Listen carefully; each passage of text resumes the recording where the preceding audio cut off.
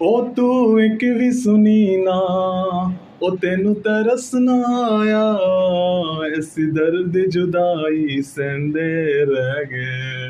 ओ जीना बड़ा मुश्किल होवे, दिन रात दिल रोवे, ना भी कोई सताए न रब्बा, ओ जिंदगी च कदे कोई आए न रब्बा। दोस्तों आज के इस वीडियो में मैं आपको Delhi DElEd diet government college के लिए कम से कम कितने नंबर चाहिए और प्राइवेट कॉलेज के लिए दोस्तों कम से कम कितने नंबर चाहिए, ये आज के इस वीडियो में आपको बताने वाला हूं।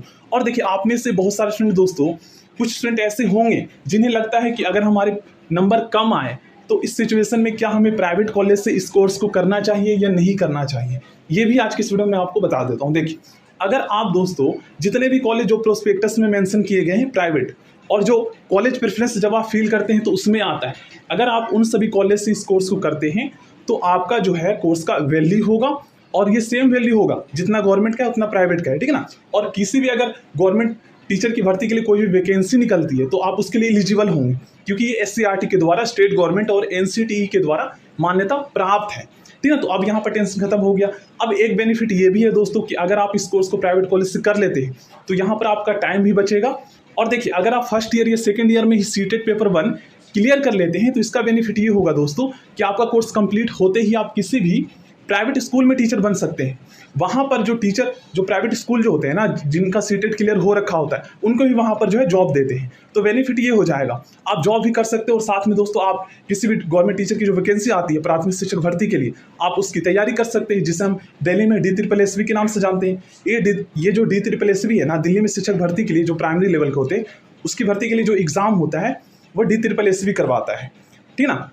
और अगर आप किसी स्टेट से बिलोंग करते हैं तो आप क्या कर सकते हैं दोस्तों, वहाँ का अपना डोमिसाइल सर्टिफिकेट बना सकते हैं, ठीक है ना। तो इसका बेनिफिट ये होगा कि अगर आपके स्टेट में कोई वैकेंसी निकलती है तो आप उसके लिए भी एलिजिबल हो जाएंगे आप, तो दोनों जगह का आपका बेनिफिट हो जाएगा।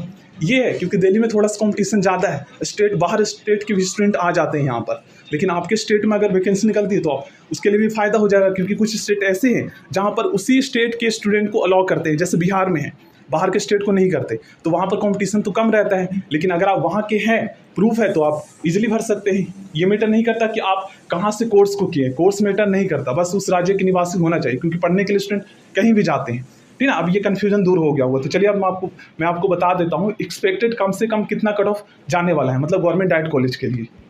देखिए, कम से कम कितने नंबर चाहिए ये बताने से पहले दोस्तों, सबसे पहले मैं आपको बता देता हूँ दिल्ली में डीएलएड गवर्नमेंट डाइट कॉलेज में कितनी सीटें हैं ऑल कैटेगरी के लिए, मतलब उनके लिए कितनी सीटें रिजर्व किया गया है, ये सबसे पहले देख लेते हैं। और इसका बेनिफिट ये हुआ कि हमें इजीली समझ में आ जाएगा कि कम से कम कितने नंबर चाहिए गवर्नमेंट डाइट कॉलेज के लिए। तो देखिए, पहले जनरल कैटेगरी बताया गया, देन उस ओबीसी, एससी एंड एसटी के लिए। तो ऑल गवर्नमेंट डाइट कॉलेज में कितनी सीटें हैं रिजर्व, ये देख लेते हैं। तो देखिए, जनरल के लिए 555 सीटें रिजर्व किया गया है, उसके बाद इस ओबीसी के लिए 156, एससी के लिए 156, उसके बाद एसटी के लिए 78। तो इसका क्या बेनिफिट है ये समझिए। मान लीजिए दोस्तों आप जनरल कैटेगरी से बिलोंग करते हैं, ठीक है ना। तो मान लीजिए 300 स्टूडेंट दोस्तों ऐसे हैं, 300 स्टूडेंट ऐसे हैं जिनके 110 आए हैं, और 200 स्टूडेंट दोस्तों ऐसे हैं जिनके 100 आए हैं, ठीक है ना, और 55 स्टूडेंट ऐसे हैं जिनके 95 आए हैं। तो इसका बेनिफिट क्या होगा, और उसके बाद जितने भी स्टूडेंट हैं उनके 94 से कम ही आए हैं, ठीक है ना। तो ऐसे में क्या होगा ना कि कट ऑफ जो है वो 95 रहेगा जनरल कैटेगरी का। ये मैं एक्सपेक्टेड बता रहा हूँ, अभी रिजल्ट नहीं आया है, तो आप लोग इसे रियल मत समझिए, ठीक है ना, बात को समझिए।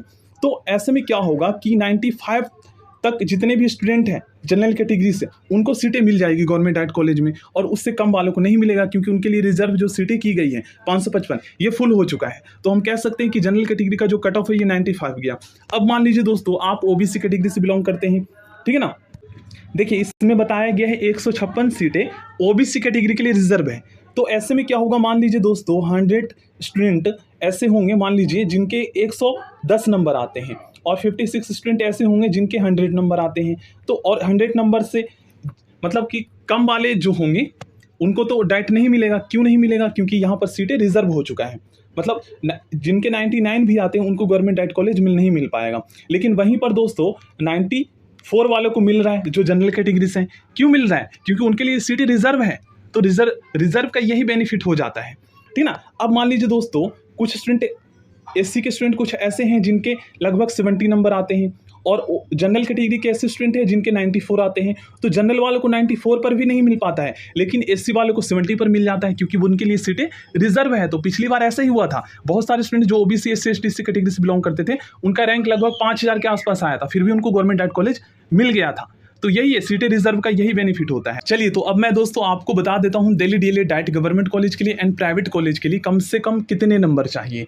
तो ये जो कुछ भी मैं आपको बता रहा हूं ये एक्सपेक्टेड है, इससे आप रियल ना समझे, क्योंकि जो कुछ भी है दोस्तों ये रिजल्ट के बाद ही पता चल पाएगा, ठीक है ना। देखिए, अगर आप दोस्तों जनरल कैटेगरी से बिलोंग करते हैं और अगर आपके 100 बन रहे हैं, तो आप यहाँ पर सेफ स्कोर में 99% चांस है आपका डाइट कॉलेज में नाम आ जाएगा, फर्स्ट मेरिट लिस्ट में या सेकंड मेरिट लिस्ट में, ठीक ना। अगर आप ओबीसी से हैं तो 95 कम से कम, ईडब्ल्यूएस से हैं तो 95, एससी से है तो आपका 85 और एसटी से है तो 80 बनना चाहिए। और प्राइवेट कॉलेज की बात करें तो अगर आपके 50-40 भी बनना है तो भी आपका प्राइवेट कॉलेज में एडमिशन हो जाएगा, क्योंकि सीटें काफ़ी ज़्यादा है प्राइवेट कॉलेज में।